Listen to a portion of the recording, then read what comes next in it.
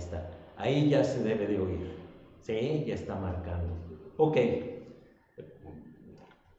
Bueno, vamos a continuar a partir de aquí. Ni modo si se fue sin audio lo anterior. Entonces dice Filipenses 3, 9 y 10. Dice, y ser hallado en él, no teniendo mi propia justicia, que es por la ley, sino la que es por la fe de Cristo, la justicia que es de Dios por la fe, a fin de conocerle y el poder de su resurrección y la participación de sus padecimientos, llegando a ser semejante a él en su muerte. Y aquí está hablando el apóstol Pablo con respecto a qué es lo que realmente tiene valor. Y él decía, mi justicia, por muy buena que haya sido, es... ¿Estoy de cabeza? Ay, bueno, les digo que... Espérenme tantito porque esto está fatal. Espérenme, ¿dónde está? Acá está. Espérenme, ¿dónde está? Ahí está ya. Ya estoy derecho. ¿Sí? Les dije que era la primera vez y que podían fallar las cosas. Sí, fallaron. Estábamos entonces en lo que el apóstol está enseñando. Bueno, el Espíritu Santo. Dice, y ser hallado en él no teniendo mi justicia, que es por la ley, sino la que es por la fe de Cristo, la justicia que es de Dios por la fe. Entonces, aquí si lo queremos transportar a nuestras circunstancias, dice, no queremos ser hallados en nuestra propia justicia. ¿Cuál es la justicia que opera actualmente? Pues la del modelo del mundo. El modelo del mundo te dice que pues todo es relativo, ¿verdad? O sea, no hay que ser exagerados. Hace poco les compartí ahí en el Facebook un pasaje en donde dice, no seas exagerado, o sea, no peques mucho, o sea, vive tu vida. Y era Salomón que hablaba como el hombre caído, y eso para nada sirve. Bien lo dice ahí en Isaías que todas nuestras justicias son como trapo de inmundicia, por lo cual el creyente espiritual espera aplicar la justicia del Señor y no la propia. Y esta justicia solamente se puede practicar en la vida diaria a través de la fe en lo que el Señor nos ha enseñado.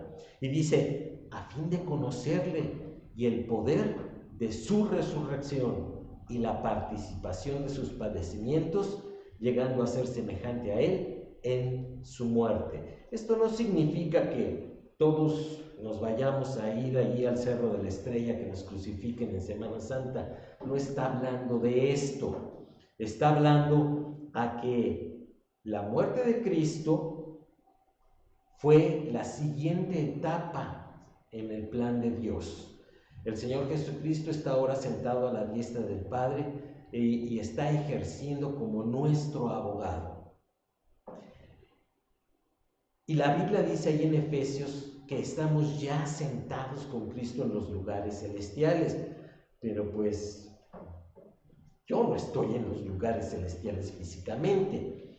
¿Qué significa esto? Que cuando yo me identifico con Cristo, cuando le conozco, cuando aplico todo lo que Él tiene en su mente, entonces estoy con Él y soy participante de sus padecimientos y soy semejante a Él en su muerte. ¿Por qué? Porque estamos totalmente separados del mundo pecador.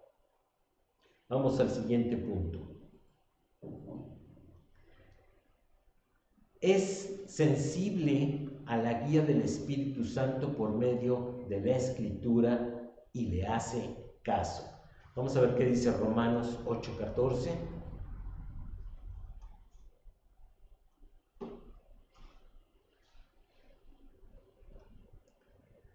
Porque todos los que son guiados por el Espíritu de Dios, estos son hijos de Dios. Y el cristiano en general, ya sea espiritual o carnal, tiene al Espíritu Santo habitando en él. Y es el Espíritu Santo quien nos guía a través de la vida. Pero aquí lo dice, porque todos los que son guiados por el Espíritu de Dios, estos son hijos de Dios. Siempre queda la alternativa de que el Espíritu Santo puede hablar a mi mente y a mi corazón para guiarme, pero yo puedo no hacerle caso. Ahí hay una orden en la Biblia en donde dice, no contristéis al Espíritu de Dios. Dice, no apaguéis al Espíritu Santo. Y eso es algo que se alcanza cuando yo estoy viviendo guiado por la vieja naturaleza, cuando no estoy siguiendo la guía del Espíritu Santo. Pero los que son espirituales es porque siguen, entienden y obedecen la guía del Espíritu Santo. Y esto es una evidencia de aquellos que son hijos de Dios. Acuérdese lo que dijimos de los cristianos carnales, que en algún punto de la vida decidieron seguir sus propios caminos independientes del Señor. Dejaron de hacerle caso al Espíritu para vivir independientemente de Dios y en sus fuerzas y en base a su propia justicia, que los lleva finalmente a volverse religiosos, a vivir una religión hueca. Y lamentablemente esa es la condición de muchas congregaciones alrededor del mundo, ya sea porque se vuelven una religión institucional o una denominación tradicional, o de las parte de las neoiglesias pentecostales que pues viven en los sentimientos. Pero aquí estamos hablando de que aquel que es guiado por el Espíritu de Dios es hijo de Dios y vive de esa manera. Puede ver las cosas como Dios las ve, sabe escoger lo bueno. Vámonos ahí a 1 Corintios 2, 15 y 16.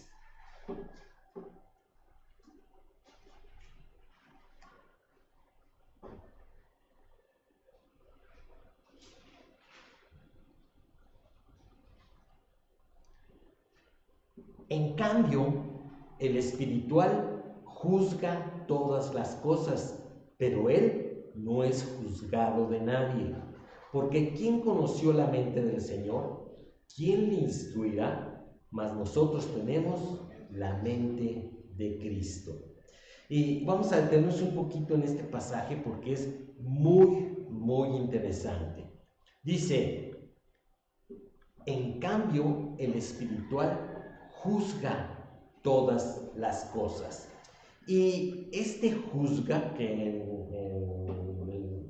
la versión Reina Valera 60, la palabra en griego está traducida como juzga, no es en el sentido de un juez en un tribunal, sino como quien investiga y entiende el porqué de las cosas. Es como un perito, ¿verdad? Cuando hay un choque, ¿sí? Pues cada una de las partes echa la culpa mutuamente. No, tú tuviste la culpa, no, que fuiste imprudente al manejar. ¿Qué es lo que se hace? Se llama un perito, o sea, un experto en el asunto que se está tratando. Y él lo que hace es que, el Señor tuvo la culpa. No, él investiga, ve las marcas en el piso, ve en dónde fue el golpe en los carros, etc.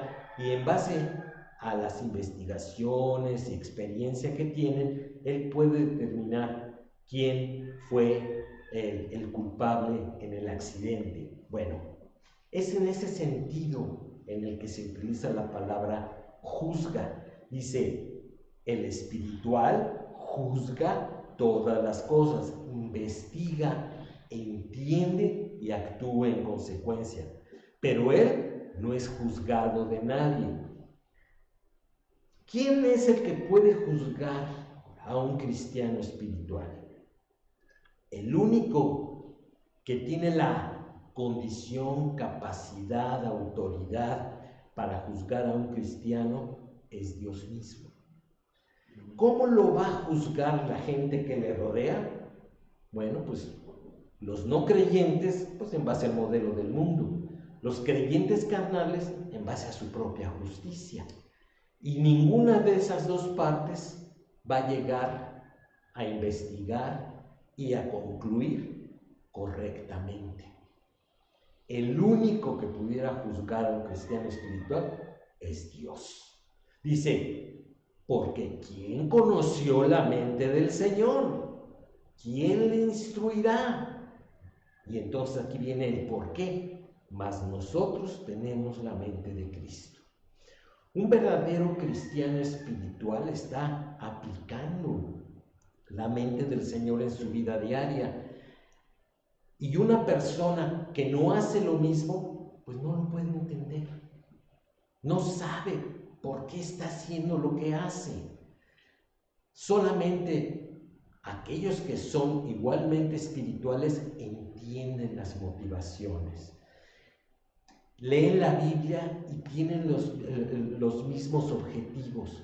¿Por qué? Porque la Biblia es para todos, pero no todos la entienden y no todos la aplican. Solamente aquellos que realmente están siguiendo las pisadas del Señor pueden hacerlo. Y no es una persona, son muchos, gracias a Dios, alrededor del mundo que realmente están siguiendo las pisadas del Señor. Y aquí solamente cada uno de nosotros sabe si sigue al Señor o sigue una religión, o sigue una filosofía, o sigue a su propio Dios que Él se ha construido en su sistema de creencias y pues lo maneja a su conveniencia. Y eso no es posible. Dios es uno, ¿sí? Y Él no cambia. Así es como lo revela la Escritura. Y el cristiano espiritual ve las cosas como Dios las ve y por eso puede escoger entre lo bueno y lo excelente, siempre escogerá lo excelente.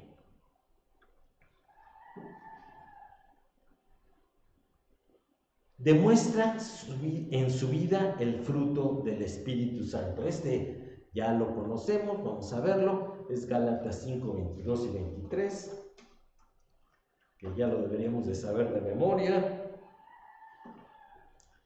Dice, mas el fruto, no los frutos, mas el fruto del Espíritu, y esto es como un racimo de uvas, ¿verdad? Ustedes ven el racimo, pues tiene su formita y lo sabemos identificar perfectamente, pero está conformado por diferentes elementos que son las uvas. Lo mismo ocurre con el fruto del Espíritu. Dice, el fruto del Espíritu es amor, gozo, paz, paciencia, benignidad, bondad, fe, mansedumbre, templanza. Dice, contra tales cosas no hay ley. Esto es, la ley mosaica, ninguna religión, ¿sí?, puede producir efectivamente estos elementos que son el fruto del Espíritu Santo. Y los vamos a ver con calmita. Pero dice el 24, pero los que son de Cristo han crucificado la carne con sus pasiones y deseos. ¿Qué es lo que impide que el fruto del Espíritu Santo se manifieste en una persona? Bueno, pues los que no han crucificado la carne, ya lo dijimos la vez anterior. Esa es una decisión, ¿sí?, que se toma una vez. y el proceso de la santificación lo lleva a la práctica. Si una persona no se ha considerado muerto a los pecados, ¿sí?, y no está considerándose crucificado con Cristo en la cruz, tiene el impedimento de que el fruto del Espíritu se pueda manifestar en su vida. Y entonces vamos a ver con calmita cada uno de estos elementos. Hoy en la mañana escuchaba una predicación con Raúl Ferrero. ¿Cómo se llama su programa? Semillas al aire, ¿sí? En donde él decía que se tenía que ver de tres en tres, que decía es amor, gozo, paz, y después paciencia, benignidad, bondad, fe, y después, paciencia, benignidad, bondad, y después fe, mansedumbre, templanza. Y decía, las primeras tres, ¿sí?, son hacia Dios, las siguientes tres son hacia los demás, y las últimas tres, ¿sí?, son hacia adentro de cada uno de nosotros. Y me gustó esa enseñanza porque se puede entender de una manera más clara cómo es que el Espíritu Santo actuaría en las personas que realmente están siendo guiadas por el Espíritu Santo. ¿Sí? Y dice nuestro estudio, amor. Vámonos a Efesios 4:32.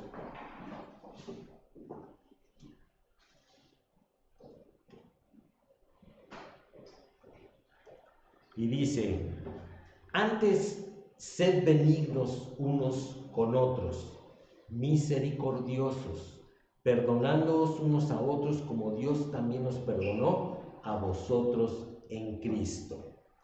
Nuevamente está utilizando la palabra antes, esto es, la prioridad debe ser ¿qué?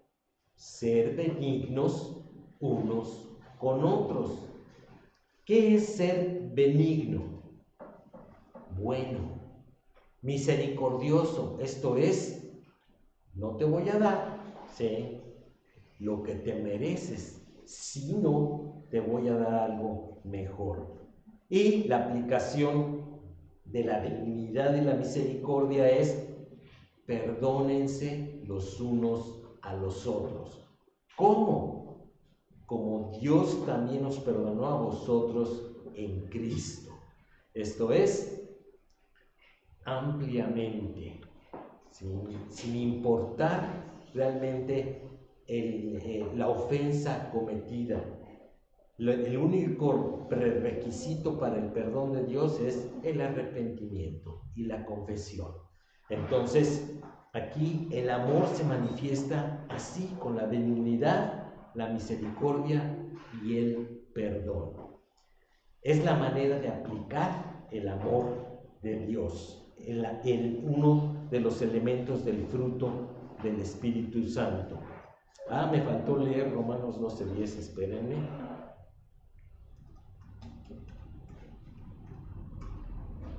Dice,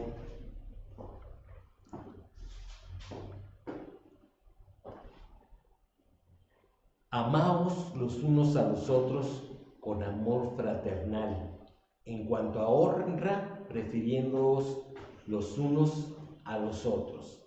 Y fíjense cómo dice, amaos los unos a los otros con amor fraternal. Y el amor fraternal siempre nos lleva al ámbito de la familia, al ámbito de la intimidad que puede dar una relación familiar, y no un amor eros, esto es, de sensual, ¿sí?, no un amor convenenciero, sino realmente un amor que es de intimidad, de andar el uno con el otro. Dice, en cuanto a honra, refiriéndoos los unos a los otros. Entonces, también el amor se manifiesta en ese tipo de relación que tenemos con otras personas. Y un elemento para saber si lo estoy aplicando o no es, ¿te consideras, sí, que tienes mayor preferencia o eres más importante que otro? No estás aplicando el amor, que es parte del fruto del Espíritu Santo, sino que cuando los demás están antes que tú, entonces vas por buen camino. Dice gozo y paz. Vámonos ahí a Filipenses 4, 4 y 7.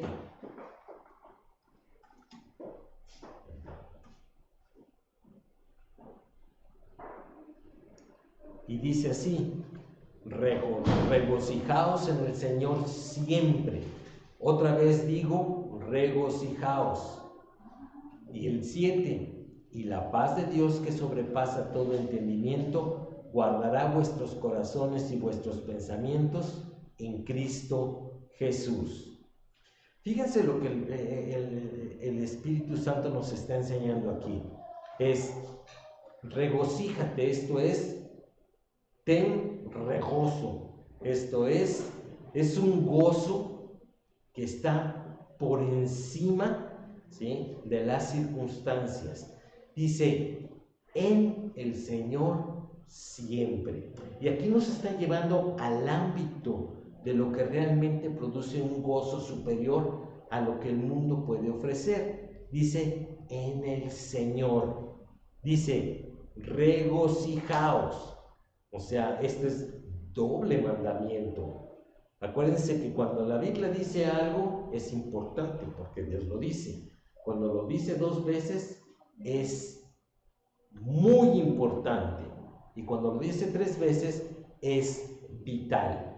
Bueno, pues aquí nomás en un solo versículo nos lo revienta 2 veces. Te mando que te regoces en el Señor.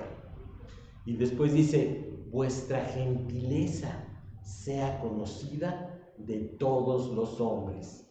Y aquí está hablando de aquella consideración que es humana y razonablemente juzga los hechos.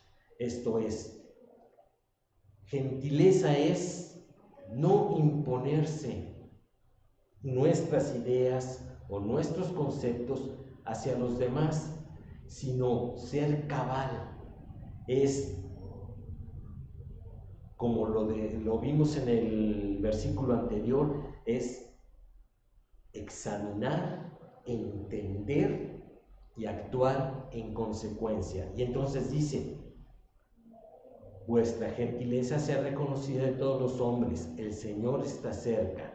Y el 7, que nos habla acerca del gozo y la paz unidos, dice, y la paz de Dios que sobrepasa todo entendimiento, esto es una paz que no viene del mundo. La paz del mundo es que no haya problemas, ¿verdad? Que no haya nada que nos mueva. No es cierto, esa no es la paz de Dios.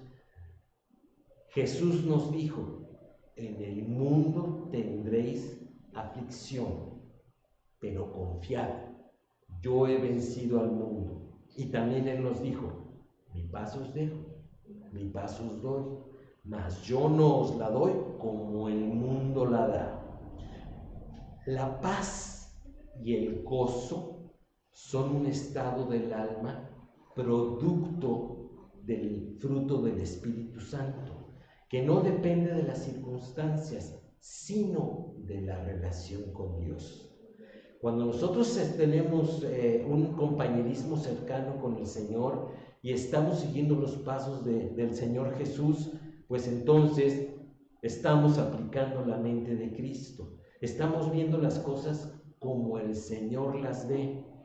Y el Señor siempre tiene un propósito para todo lo que hace. Un cristiano espiritual siempre buscará el propósito de Dios. Y si lo hace diligentemente, como ya se nos ha enseñado en otras ocasiones, pues lo va a encontrar. A lo mejor el propósito de Dios es cercano, en el tiempo, o a mediano plazo, o a muy largo plazo. Pero hay cosas que nosotros entendemos que van a ocurrir, pues, en un momento indeterminado de la historia. Hay otras que entendemos que son de aplicación inmediata. Bueno, eso es por la relación con Dios. No es porque nosotros seamos muy capaces para entender, sino es porque dejamos que el Espíritu Santo ministre en nosotros. Dice, y esa paz que sobrepasa todo entendimiento, guardará vuestros corazones y vuestros pensamientos en Cristo Jesús. Y yo les puedo decir de mi propia experiencia que siempre he sido preocupado, siempre, toda mi vida he sido preocupado. Y siempre estoy pensando hacia adelante, ¿no? Ay, es que puede pasar esto, puede pasar el otro. Y después, en el banco, ya me dediqué a lo que es la evaluación de riesgos, y pues te tienes que adelantar, ¿verdad? ¿Qué es lo que puede pasar? Y cómo es que puedes mitigar el riesgo de que eso ocurra. Y eso, a mí en mi carácter de preocupón no me ayudó mucho, ¿verdad? Porque siempre estoy, y es que puede pasar esto y puede pasar el otro. Es necesario que yo reflexione las cosas con el Señor, para que entonces mi carácter preocupón no me haga vivir con angustia, o sea, con inquietud de algo que a lo mejor no va a pasar. Sí puede pasar, pero a lo mejor no va a pasar.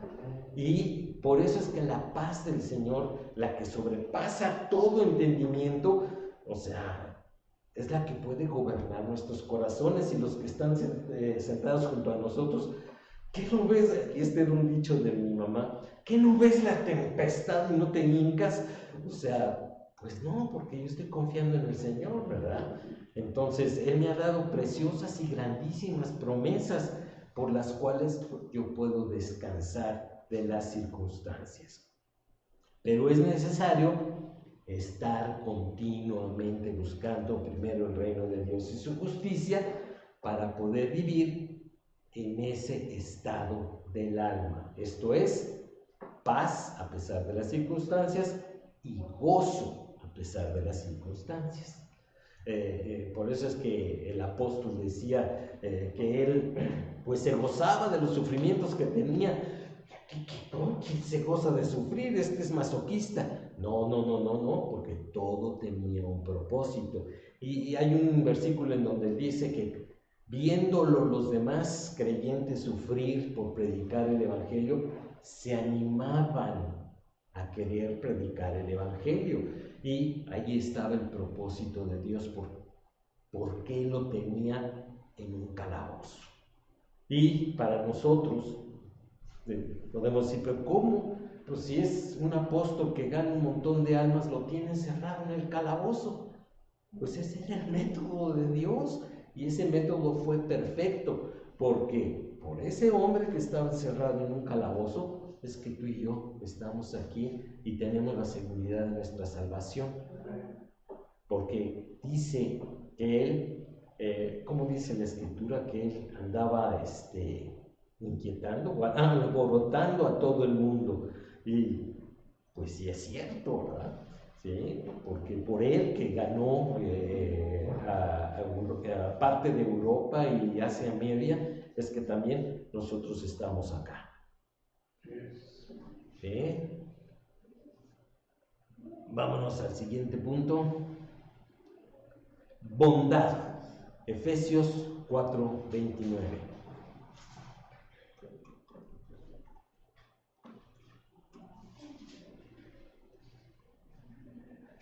Ninguna palabra corrompida salga de vuestra boca, sino la que sea buena para la necesaria edificación, a fin de dar gracia a los oyentes.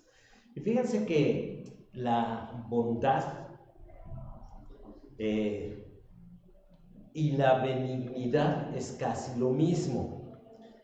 Y hay gente, y bueno, la bondad y la benignidad es ser bueno con los que te rodean. Y una manera de agresión que muchas personas tienen es en base a la palabra. No se van a agarrar a golpes en la calle o se van a desgreñar el chongo, sino con las puras palabras tú puedes dañar a alguien. Y tus palabras pueden hacer que una persona aún caiga en depresión. Y fíjense que es algo de lo cual ahora los millennials están sujetos, porque ellos pues publican sus videos en TikTok, en YouTube, en Facebook, y cuando tienen comentarios negativos se deprimen. Dicen, qué malo que soy, que no me quieren. Y personas aún jóvenes se han quitado la vida por gente que ni los conoce, ni sabe quiénes son o cómo son, pero le encanta poner comentarios negativos en las redes sociales. Esa es su vida, poner comentarios negativos. Ya está, hay un verbo, ¿verdad? Que para eso están troleando. Ya me trolearon. Un millennial entiende perfectamente que es ya me trolearon. Esto es, ya me llenaron de comentarios negativos mis canales de las redes sociales. Y bueno, y aquí lo dice, ninguna palabra corrompida salga de vuestra boca. Y aquí esto es la carnalidad, ahora viene la espiritualidad, sino la que sea buena para la necesaria edificación a fin de dar gracia a los oyentes. Entonces, tú das gracia en tus palabras cuando edificas al que te oye. Acuérdense que la comunicación es la transmisión de un mensaje. Yo hablo, el otro me oye y entiende el mensaje que le quiero dar. Bueno, aquí nos dice que entre los espirituales así debe de ser la comunicación, edificación y gracia. El único dador de la gracia es el Señor Jesucristo. Pero un creyente espiritual puede ser el medio de gracia para edificar a otras personas. Esto no significa que todo el tiempo nos estemos, oh hermano, te comparto este versículo y no sé cuánta cosa. Eso es de la carne, ¿sí? El dar gracia y edificación es guiar a las personas a entender lo que el mensaje de la Biblia dice y dejarlos en la posición de que puedan entender qué es lo que Dios espera de ellos. No es decirles cómo se van a conducir, no es decirles, pues yo en tu lugar lo que haría sería... Eso no es de los cristianos espirituales, sino hablar lo que Dios dice y dejarlo en la posición de que el que escucha pueda decidir. Y ahí es de cada quien, puede decidir a favor o puede decidir en contra. Pero es una decisión que debe de tomar el que escucha. Nosotros, nuestra responsabilidad es edificar compartiendo la gracia del Señor. ¿Ok? Eso es lo que nosotros entenderíamos por bondad. Siguiente punto. Fe o fidelidad. Vámonos a Efesios 5, 15 al 17.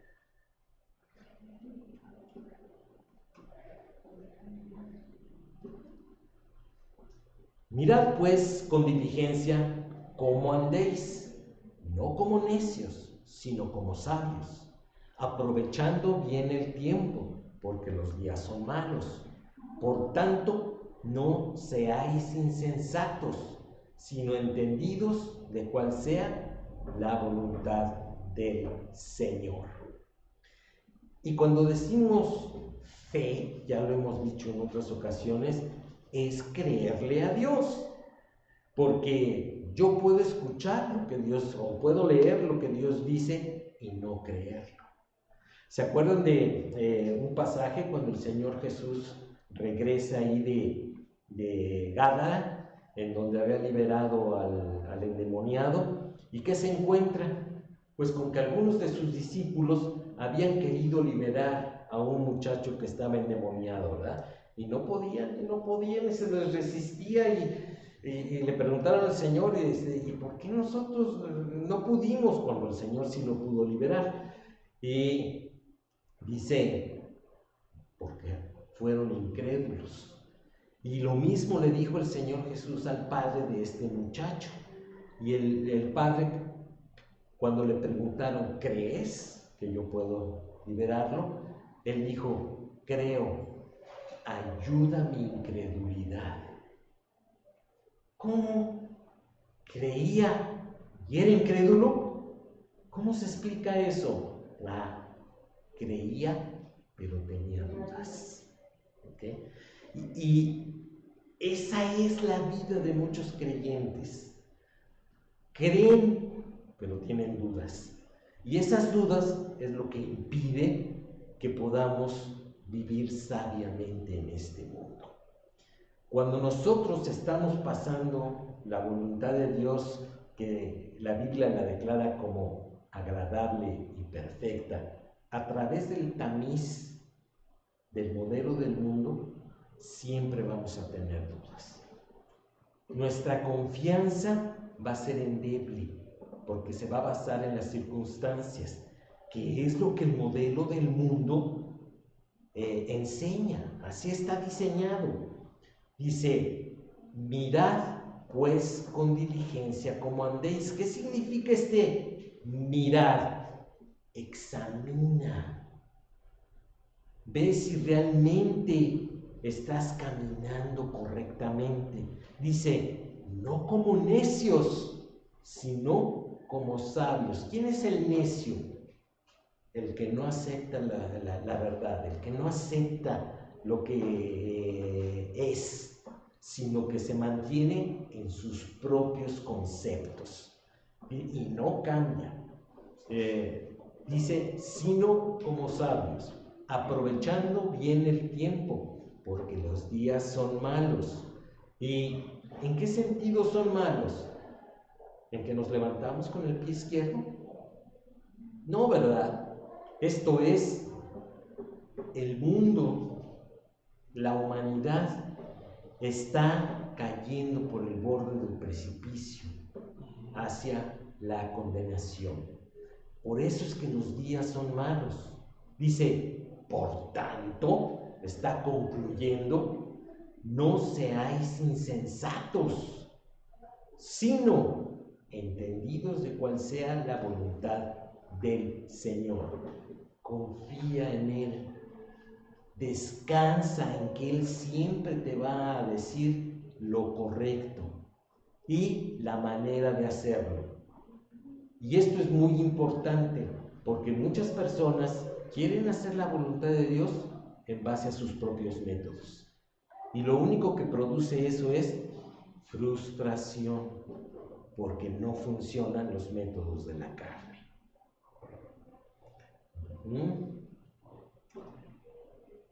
Y este es el último punto que vamos a ver hoy. ¿Sí?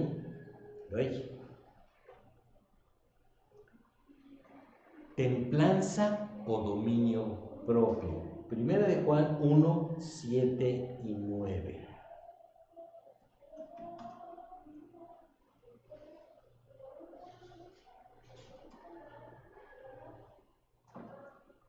Dice así, pero si andamos en luz, como Él está en luz, tenemos comunión unos con otros.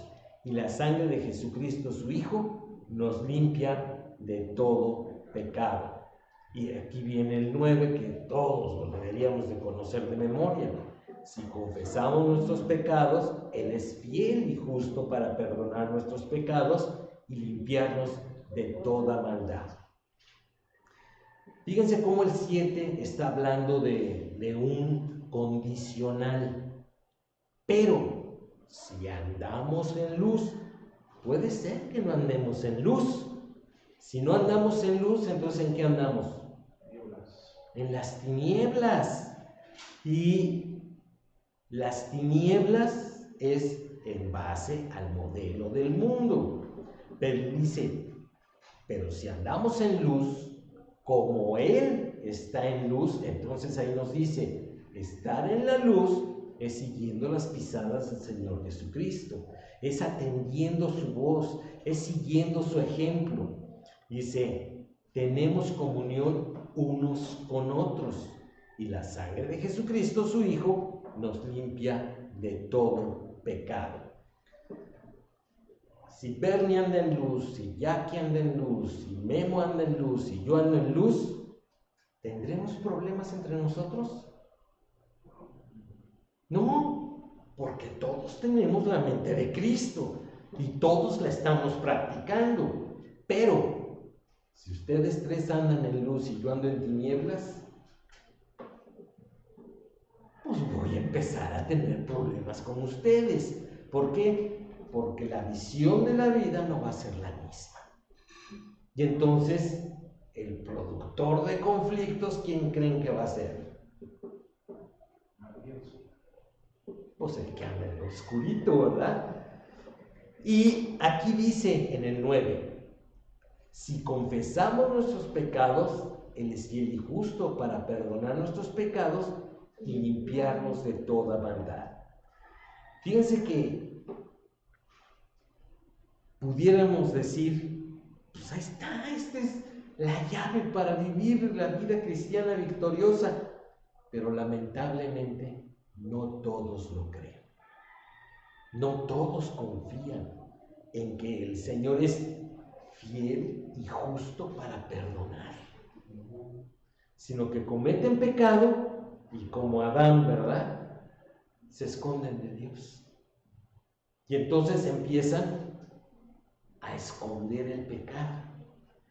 Y lamentablemente un pecado lleva a otro, y ese a otro, y ese a otro, y se forma una cola de pecados que después ya no sabemos ni qué tenemos que confesar. Cuando alguien nos exhorta correctamente y nos dice, pues vete allá, 1 Juan 1:9, pero si yo no lo creo, no voy a confesar. O sea, no me voy a arrepentir, no voy a ver las cosas como Dios las ve, ¿sí? No voy a confesar nada, ¿sí? Y eso impide el perdón de Dios y la limpieza de la maldad. Acuérdense que esto ya lo había yo explicado. El limpiarnos de nuestra maldad es limpiarnos de la concupiscencia que habita en nuestra antigua naturaleza. Cuando el Señor nos perdona, también nos limpia, ¿ok? Y estamos flamantes, nuevecitos, olemos como a coche nuevo, ¿ok? Y cuando yo creo eso, pues mi vida va a cambiar. ¿Por qué? Porque es una realidad, aquí lo dice. Pero si no quieres, pues sigue viviendo como la carcacha, ¿verdad?, que está toda llena de hoyos por todos lados y apenas se camina. No, el Señor quiere que vivamos en la luz con Él. Y bueno, vamos a dejarlo aquí, ¿sí?, para que concluimos cómo podemos identificar a un cristiano espiritual. Y como lo vimos en el estudio anterior, también vimos las marcas del cristiano carnal, que esto es, cómo es un cristiano carnal. Y la diferencia entre el carnal y el espiritual es que uno confía, descansa y sigue al Señor y el otro no. El otro sigue en las condiciones de la carne. Muy bien, pues entonces vamos a orar para terminar el estudio y vamos a hacerlo respetuosamente inclinando nuestro rostro. Señor, te queremos dar muchas gracias por este estudio, gracias por todas las cosas que tú nos has dado para poder vivir en la gracia, para poder vivir en la luz, para ser dignos representantes tuyos, para cumplir la vocación a la cual nos has llamado, para mantenernos en este mundo, para que nuestra luz brille delante de los hombres y tu nombre sea glorificado. Señor, muéstranos con tu Santo Espíritu qué es lo que pudiera estar impidiendo para vivir en la suprema gracia, sino que realmente podamos confiar en ti y vivir de una nueva manera, la nueva vida que tú nos has dado en Cristo Jesús. Te damos gracias por tu palabra y te pedimos tu bendición para lo que resta de este día. En el nombre de Cristo Jesús te lo pedimos y por él te damos las gracias. Amén. Muy bien, Dios les bendiga. Si Dios quiere, nos vemos dentro de 8 días.